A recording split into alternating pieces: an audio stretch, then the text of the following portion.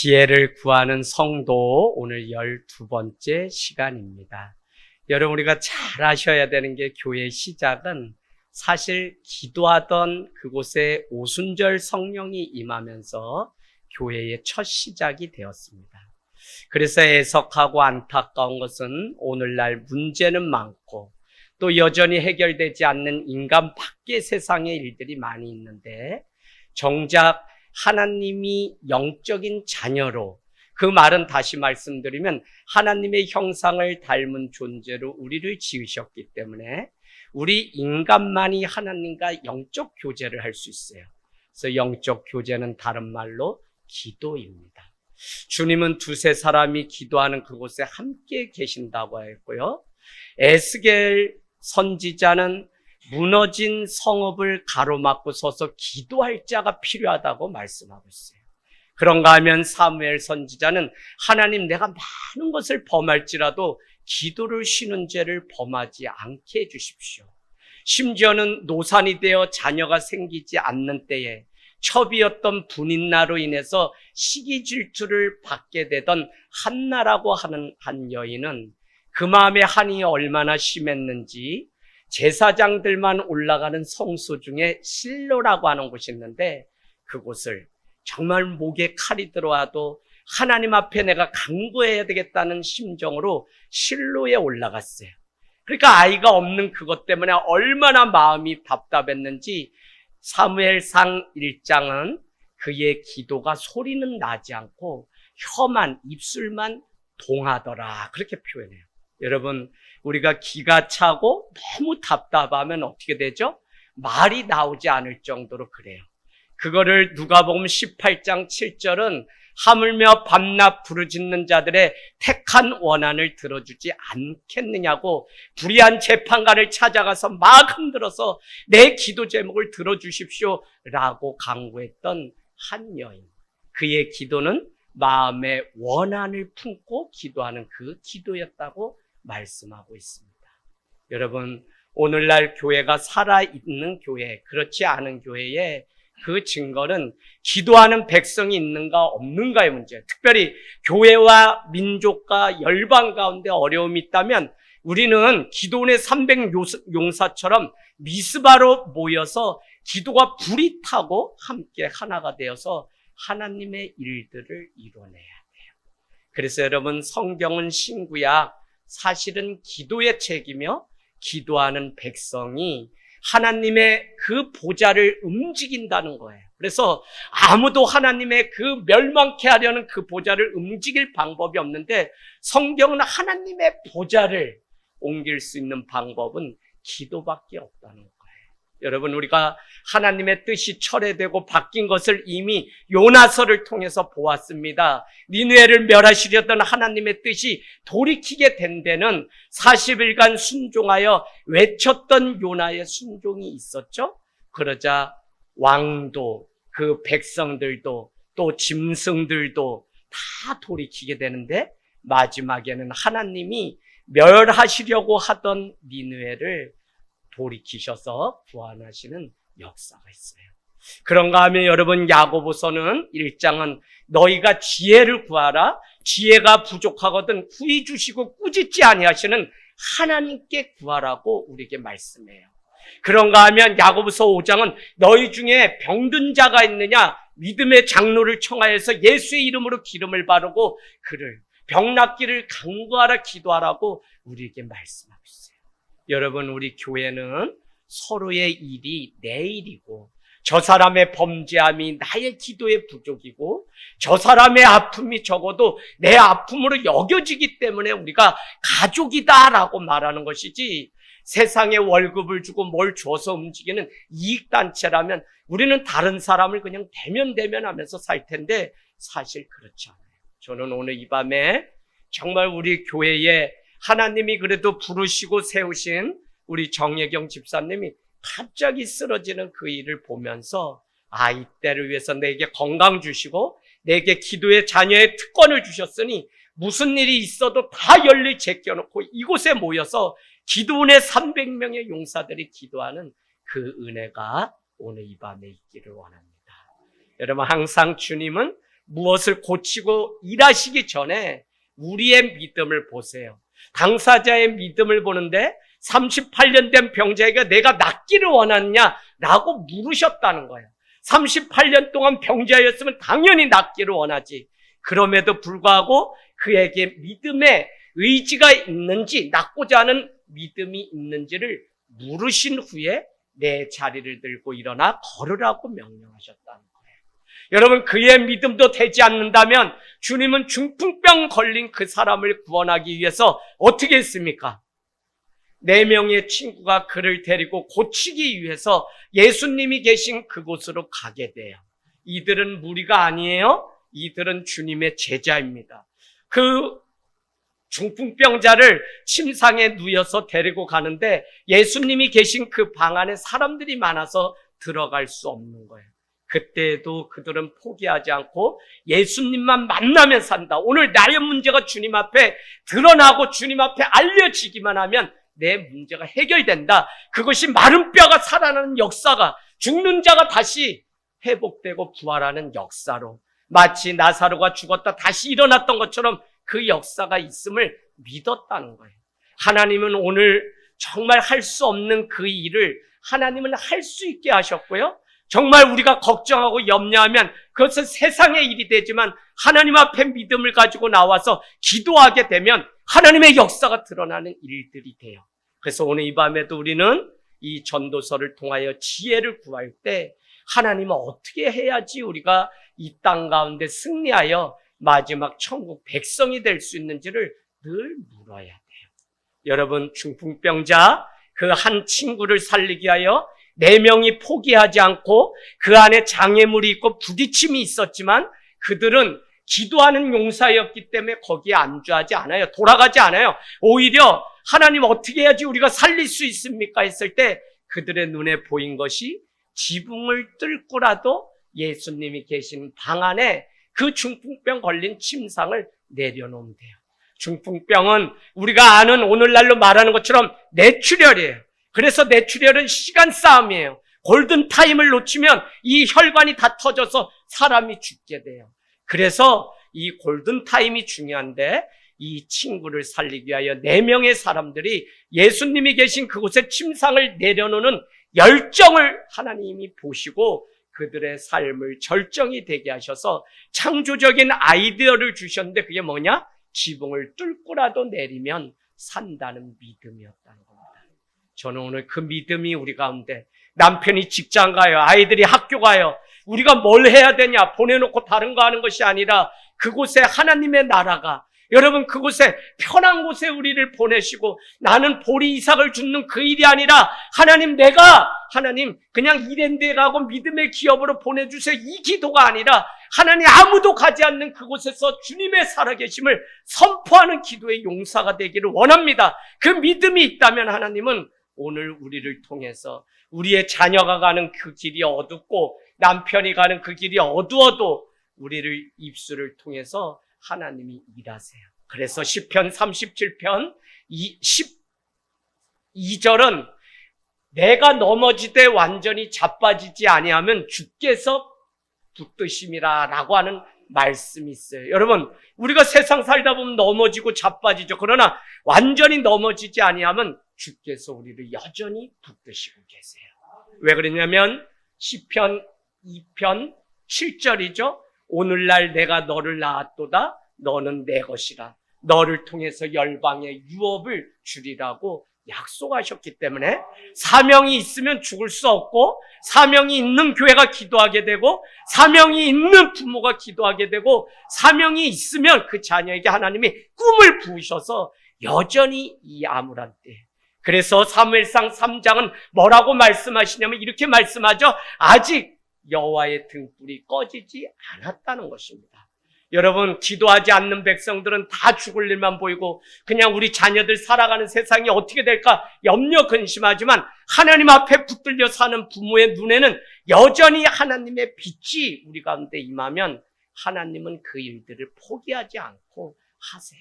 그 당시가 언제였냐면 하나님의 이상이 희미하여 보이지 않았다고 사무엘상 3장 1절은 말씀해요.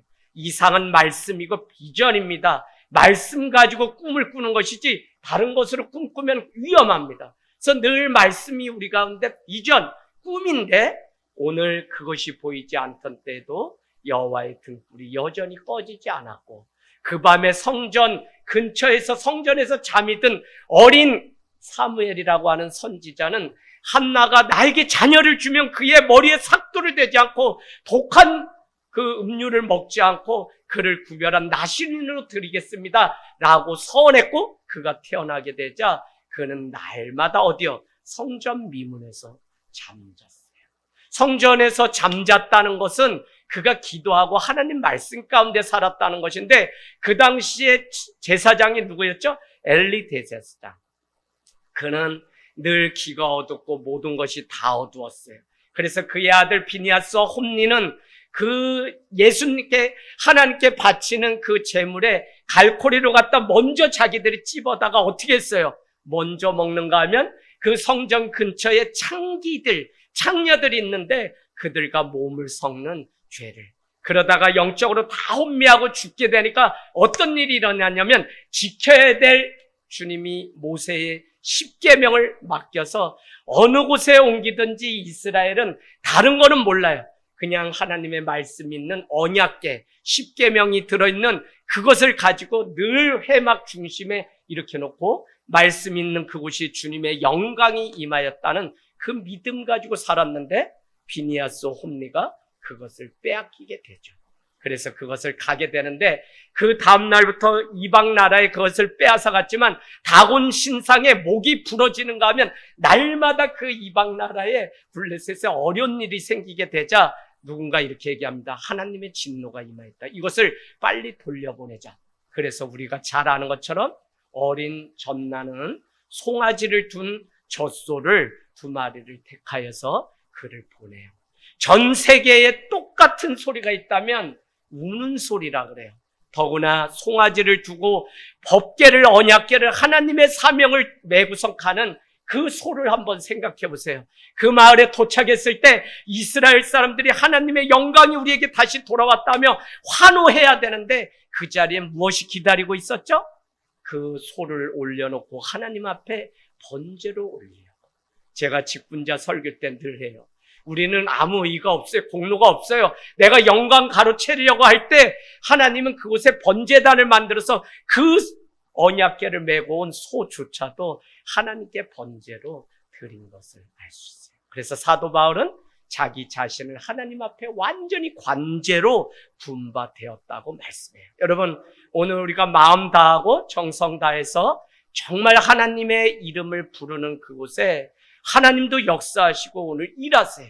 제가 군대 가서 막 이렇게 해서 아파가지고 아버지랑 780통 편지를 주고받는데 하나님이 어떤 놀라운 일들을 보이셨냐면 편지가 오지 않는 거예요. 저는 전방으로 올라가기 위해서 쌀이 빗자루를 만들어가지고 그걸 모았다가 밥이 안 되는 이등병이니까 날르는 일을 하고 있는데 수천 자루를 만들어서 GOP, GP로 올라가요. 왜 그러냐면 눈이 가장 많이 오기 때문에. 그래서 그렇게 하고 있는데 중요한 것은 무엇이냐면 점심 먹고 와서 쌀입이 그 자루를 가지고 날르려고 하는데 손이 따끔한 거예요. 알고 봤더니 그 안에 점심 먹으러 갔다 오는 사이에 독사가 들어가 있다가 제 손가락을 물었어요. 그래서 한 달 동안 막 항암이 아니라 뭐 항생제 주사가 되게 아파요. 그래서 병원에 205 현리병원에 국군병원에 입원했는데 나중에 안 사실인데 아버지도 그 사이에 농사를 짓다 독사에 물려서 뱀에. 그러니까 아버지는 교회를 다니시진 않았지만 막연하게 아들이 왜 편지가 안 오지 하고 그런 마음. 저도 아버지 무슨 일 있나 하는데 제 소식을 알릴 수 없으니까. 그런데 하나님이 공교롭게 그때에 저희 마음을 통하게. 여러분, 영적인 호흡, 성령 안에서 교회가 성도의 교통함을 통해서 역사를 이루는 것은 시공간을 초월하는데 오늘 여기서 브라질에 간 남편 위해서 기도할 수 있는 게 이게 바로 기도예요. 오늘 미국에 두고 온 자녀를 위해서 기도하는데 하나님은 그곳에 잠자고 있는 심령을 깨트려서 그곳에서 하나님의 놀라운 역사 음성을 듣게 하세요. 여러분, 자녀를 위해서 우리가 기도해야 되는 이유는 그 자녀가 지금 아니거든요. 미래가 안 보여요. 꿈이 안 보여요. 엄마 수고도 몰라요. 그래서 저 주루할 놈의 자식이라고 우리가 얘기할 수 있는데, 그런데도 늘 기도하는 그 부모의 기도 소리가 남편과 자녀의 기전에 들리기 때문에 그것을 누가 한다고요? 성령님이에요. 성령님은 요한복음에 보면 보혜사 성령, 돕는 자라는 의미인데, 그 보혜사 성령은 가르치기도 하시고 가르친 것을 기억나게도 하시고, 고린도전서 또 1장에는 저기 깊은 것까지 통달하게 하시는 것이 성령이에요. 근데 그 성령이 언제 우리 가운데 오냐면 기도할 때 와요. 그래서 여러분, 사도행전 1장 4절은 다른 것 우리에게 말하는 게 아니라 하나님 나라의 일이 어떻게 펼쳐지는지를 보여주겠다 그래요. 여러분 따라가 보세요. 1장 4절, 하나님의 나라의 일. 그랬더니 많은 사람들이 이스라엘의 회복이 언제입니까? 라고 했더니 너희는 알 바가 없다는 거예요. 그러면서 성령이 너희에게 임하면 권능을 받고 사마리아 땅끝까지는 내 증인이 너희가 되리라 라고 말씀하고 있어요. 그 일이 선포되고는 우리가 잘 아는 것처럼 마띠아라고 하는 제자로 바꾸고 12제자가 마리아의 집에 오로지 기도에 힘썼다는 거예요. 할렐루야. 그래서 금요 오직 기도회는 금요 오로지 기도회를 오직이라고 한 거예요. 그래서 여러분 정말 기도하는 그곳에 어떤 일들이 일어나냐면 사도행전 2장에 가보니까 각 곳에서 온 사람들이 어떻게 해요? 막 각 방언으로 막 하는데 거기에 누가? 그레데 사람들도 왔다는 거예요. 그레데는 우리가 언제 봤냐면 디도서를 통해서 그레데 섬에 있는 디도에게 편지를 썼어요. 그레데 섬 사람들도 그때 왔다가 누군가가 성령 충만함을 받고 돌아가서 복음의 역사가 씨앗이 시작된 거예요. 그런데 그 사실 가운데 기도하지 않는 사람들은 뭐라고 이야기하냐면 저희들이 술 취한 것이 아니냐고 말을 했다는 거예요. 그러나 누구든지 예수 그리스도의 이름을 부르면 구원을 얻는다고 베드로는 담대히 설교를 시작하게 돼요. 2장에 보면 물건을 통용하고 나누고 하는 아름다운 일들이, 여러분 우리가 가만히 생각해 보세요. 누구의 필요를 알고 누구를 위해서 우리가 드린다고 하는 이것이 내 마음으로는 할 수가 없다니까요. 성령님이 우리 가운데 주셔야만 누군가를 위해서 우리의 작은 것도 나눌 수 있지 안 돼요. 그래서 오늘날 기도가 없기 때문에 그래요. 기도하면 불쌍한 자가 보이고 기도하면 무엇에 내가 깨어서 있어야 하는지 아는데 기도가 없는 거예요. 여러분 그래서 가정에서나 어디서나 여러분 부디 기도의 골방을 꼭 만드세요. 제가 우리 집사님 댁에 갔더니 햇볕이 탁 하는 그 창가 거실이 제 마음에는 남편 아이들 다 보내놓고는 내가 30분이고 1시간이고 오늘 승리하고 돌아오도록 현숙한 아내는 그곳에 무릎을 꿇고 기도하면 좋겠다는 마음이 제 안에 들었어요. 여러분 골방이 있는 백성이 승리해요. 여러분 마틴 루터는 급하기 때문에 2시간 더 기도합니다라는 유명한 말을 남겼어요. 여러분 급하기 때문에, 우리가 바쁘기 때문에 못하는 것이 아니라 바쁘기 때문에 더 하나님 앞에 기도해야 돼요. 우리가 문제가 있기 때문에 더 기도해야 돼요. 우리 안에 중요한 일이 있기 때문에 더 기도해야 돼요. 그런데 여러분 이 일이 그냥 중요하고 이 일이 급한 일로 끝나면 우리는 기도를 놓치게 돼요. 그러면 어떤 일이 일어나냐? 시편 124편은 너희는 돌 힘이 없는 귀인을 의지하지 말며 아무 힘이 없는 방백을 의지하지 말라. 그도 흙으로 돌아가나니 라고 얘기해요. 여러분 하나님이 마침의 유혹을 우리에게 주시죠. 그래서 마침 욥바로 내려갔더니 그곳에 어떤 역사가 일어나요? 거기에 저기 다시스로 가는 배가 기다리고 있어요.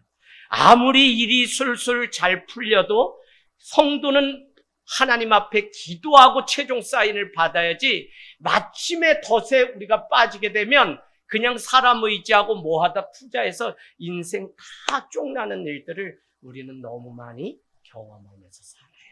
여러분 정말 기도, 제 무슨 말씀 오늘 이경호 목사님 하도 뜨겁게 뭘 고래고래 하니까 저도 원고고 뭐고 읽는 건 나 오늘 전도서 안 하고 그냥 기도에 대한 말씀 같이 나누려고요.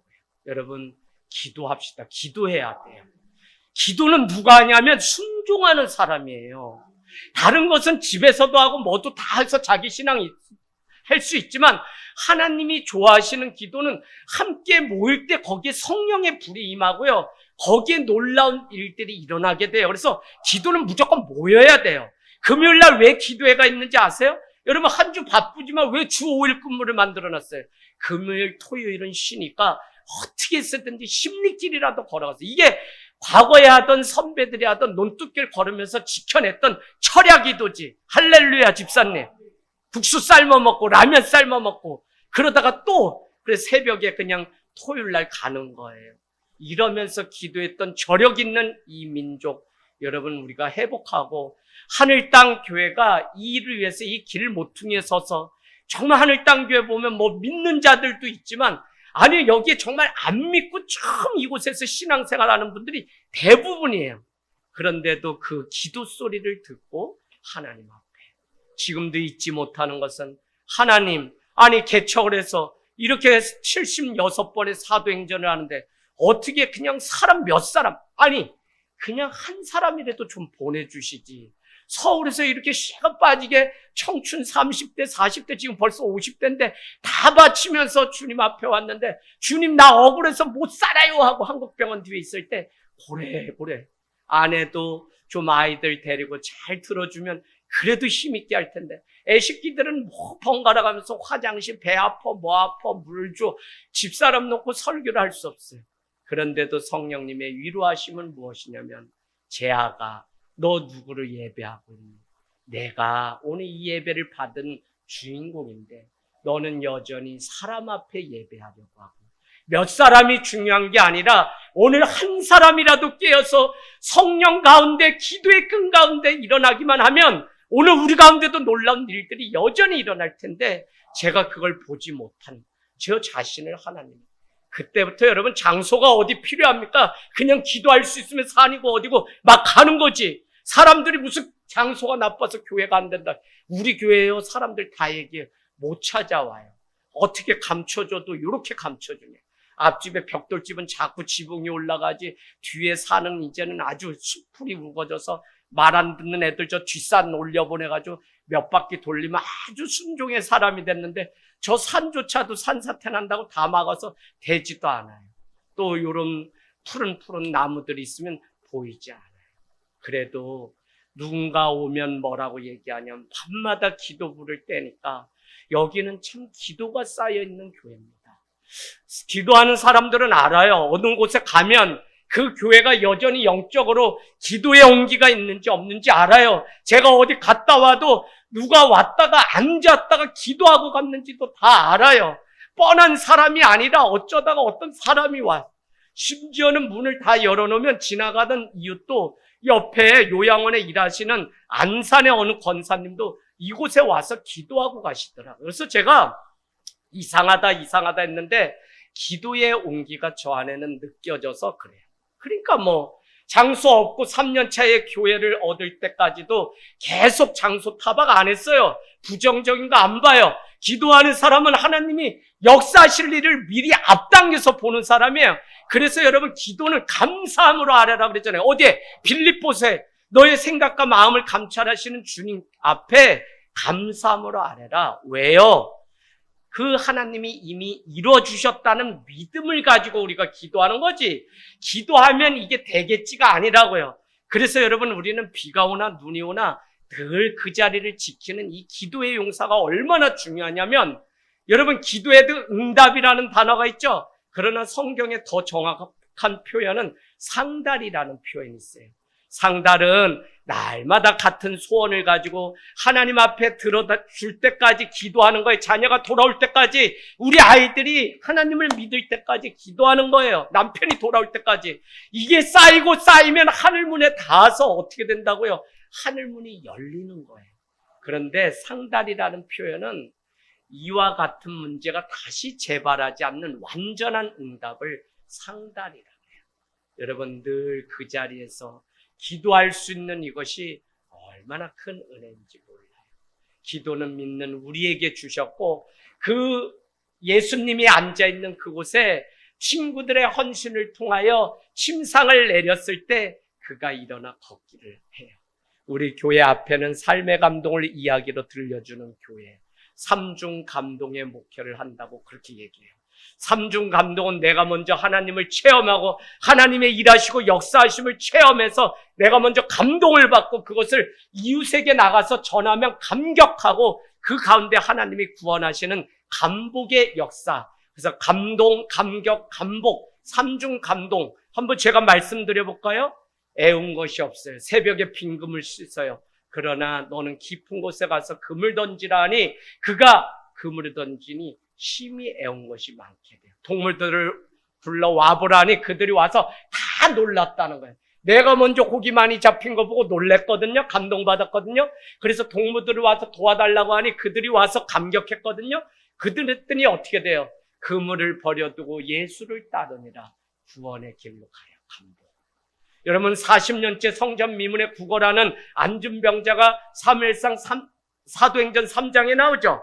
그에게 어떻게 해요? 내게 은과 금은 없거니와 나사렛 예수 그리스도의 이름으로 일어나 걸으라고 선포했을 때 그가 뛰기도 하고 걷기도 하는 놀라운 일이 그 소문이 사방에 퍼지게 되자 솔로몬의 행각에 사람들이 모여서 저가 40년째 구걸하던 자가 아니냐, 누구의 권세로 이렇게 됐냐, 소동하는 일이 일어나게 되자 유대 관원들이 로마에 신고하게 되고 그 베드로와 요한이 옥에 갇히게 돼요.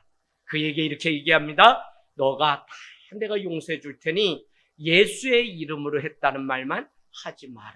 그때 베드로는 이렇게 얘기합니다. 내가 보고 들은 바를 어찌 말하지 않을 수 있느냐? 내가 너희의 말을 듣는 것보다 하나님의 말씀을 듣는 것이 더 나은지 한번 생각해봐라 라고 오히려 그렇게 얘기해요. 그때 초대교회는 베드로 사도, 우리의 목사님 빨리 우리 곁으로 풀려나서 돌아오게 해주세요 라고 기도한 것이 아니라 옥에서도 담대히 주의 말씀을 선포하게 해주세요 라고 기도하게 돼요. 여러분, 우리 이성기 집사님 잡히시면 여러분이 이성기 집사님 위해서는 옥에서 담대히 주의 복음 전할 수 있도록, 또 우리 임동우 집사님 중국에 놀려갔다 잡혔다 복음에, 그럼 그렇게 기도하셔야 돼요. 다만 저는 잡히면 나올 수도 있게 같이 기도해 주시고, 할렐루야. 어쨌거나 훌륭하잖아요. 저는 훌륭한 목회자는 훌륭한 성도가 만드는 것 같아요. 정말 그렇게 가르쳐 놨으니까 그렇게 그들이 기도했겠죠? 그래서 어떻게 빨리 우리 같으면 막 낫게 해주세요, 풀려주게 해주세요. 그런데 그곳에서 예수 그리스도의 이름을 담대히 전파하는 그 일을 포기하지 않게 해주세요. 이 일을 통해서 초대교회는 오히려 하나님의 일들이. 여러분, 우리는 주일에 이사야서 45장 3절부터 7절까지 말씀 기억나시나요? 어둠도 주님이 지으시고 빛도 창조하시고 환난도 지으시고 평안도 주님이 창조하셨다. 이 모든 일을 이룬 사람이 나 여호와라.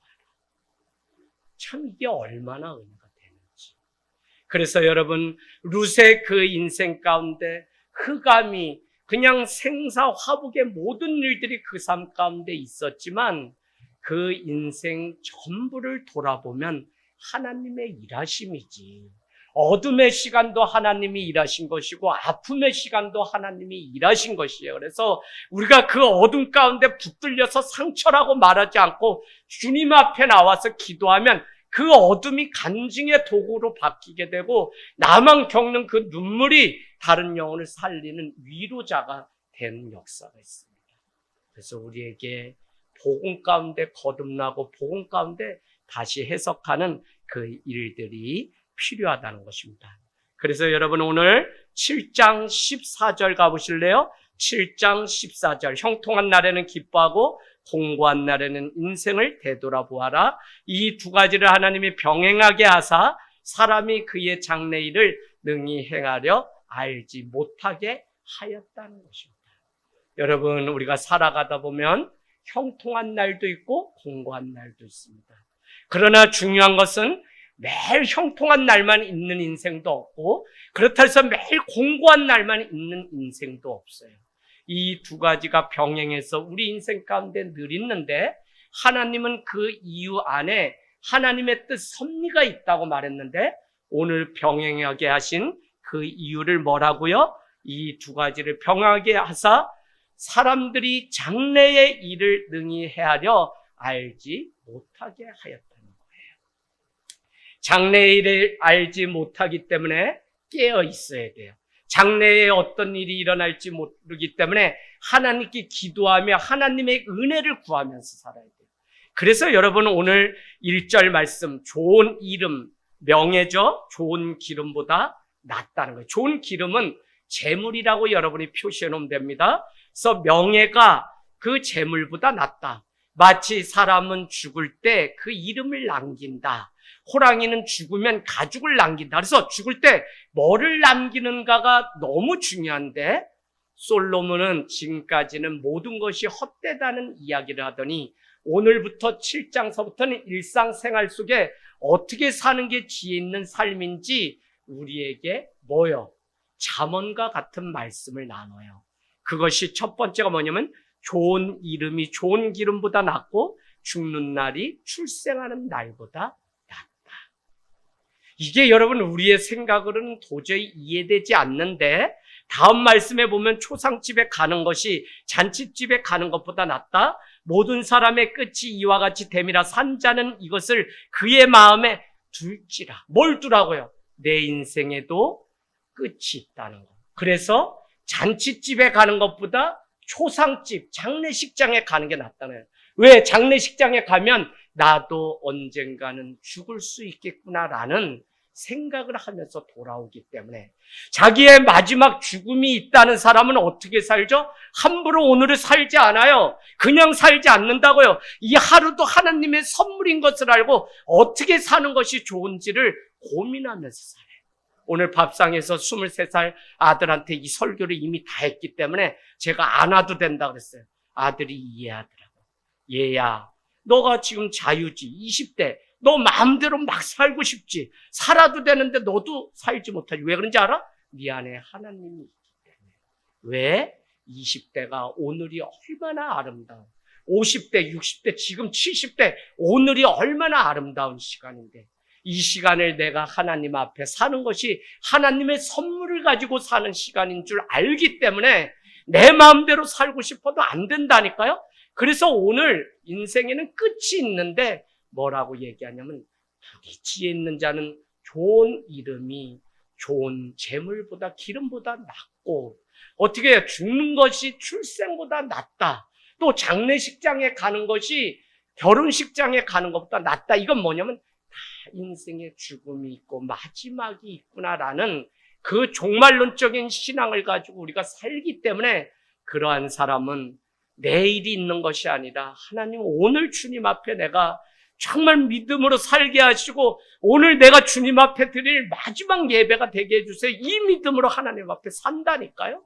그러니까 결단하고 하나님 앞에 다 드리지 못해서 늘 아까운 심정으로 그렇게 살아가는 거예요. 그래서 여러분 누가 지혜자냐? 내 인생에도 마지막이 있다는 것.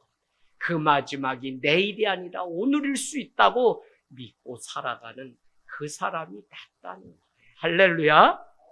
자, 4절에는 슬픔이 웃음보다 나음은 얼굴에 근심하는 것이 마음에 유익하기 때문이라. 다 그렇죠. 내 인생이 곧 여서 끝날지도 모른다라고 하는 그 슬픔을 가지고 사는 사람이 매일 허다한 날 많지 좋은 날만 있지 하고 웃으면서 사는 것보다 오히려 이게 더 복이라고요. 이런 목회에 보면 그냥 누가 문제냐면 열심히 있는 사람이 문제예요. 그냥 열심히 있는 사람이 유익하게도 하지만 그 사람이 문제도 일으키는데 우리가 이 땅 가운데 마지막이 오늘 종말이라는 사실을 아는 열심이면 오늘 하나님 앞에 그냥 내 있는 그대로를 값없이 드려도 나는 하나님 앞에 내 삶을 조금이라도 드렸기 때문에 기뻐하며 살 수 있는데 아니요. 그것이 없는 열심이면 그냥 하나님 앞에 내 자기 공로의가 될 때가 있죠. 그래서 4절에는 지혜자의 마음은 초상집에 있고 우매자의 마음은 혼집에 있다. 다시 말씀드리지만 초상집에 가면 나도 이렇게 인생 떠나는 거구나. 세월이 가면 누구도 아이고 저기 김 사장 돈 많이 벌어놓고 어떻게 자녀들 출가시켜놓고 저렇게 그냥 행복도 누리지 못하고 가냐 하면서 우리가 쯧쯧쯧 많이 해요. 아이고 그저 저 아들 그냥 이번에 사시 붙어서 잘 됐다는데 어떻게 그래도 그 아내는 엄마는 그 영광 누리고 아버지는 지난밤 자다가 그렇게 떠났다는데 사람들이 말해요. 여러분 살고 죽는 일은 우리 소관이 아니에요. 그래서 일생이라고 얘기하고 한 번밖에 없는 생이기 때문에 일생. 그래서 우리는 잘 태어나는 건 우리가 어떻게 못하지만 잘 죽는 것은 우리가 믿음으로 준비해야 돼요. 그래서 누가 기도하냐? 기대가 있는 사람이 기도하고요. 그 기대는 뭐냐? 오늘을 살지만 하나님의 영원한 천국에 대한 소망을 가지고 있는 자가 기도하고 하나님 내 인생의 이 마지막 한 번이라도 주님 앞에 더 기도의 제단을 쌓기를 원합니다. 이 믿음으로 살아가는 자.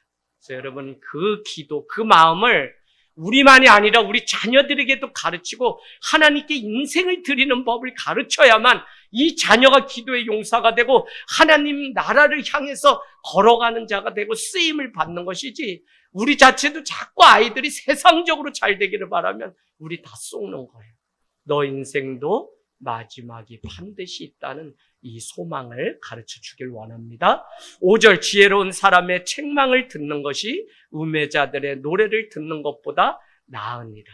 여러분 다 칭찬받는 소리만 듣고 싶어 하죠? 그러나 오늘 지혜로운 사람의 책망을 듣는 것이 우매자들의 노래를 듣는 것보다 낫다.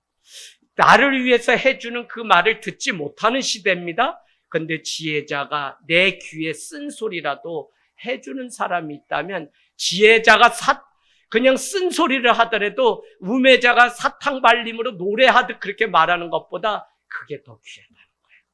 여러분 내 삶이 변화될 수 있다면 주님의 사람으로 빚어질 수 있다면 오늘도 깨어있는 교회는 말씀 가운데 경채가고 바른 말씀이 있는 그곳이 교회지 바른 말씀 전하고 바른 교회 바른 삶을 위해서 이 복음 때문에 살아가는 그곳이면 되지 뭐 숫자가 수천 명 안 모이면 어떻습니까?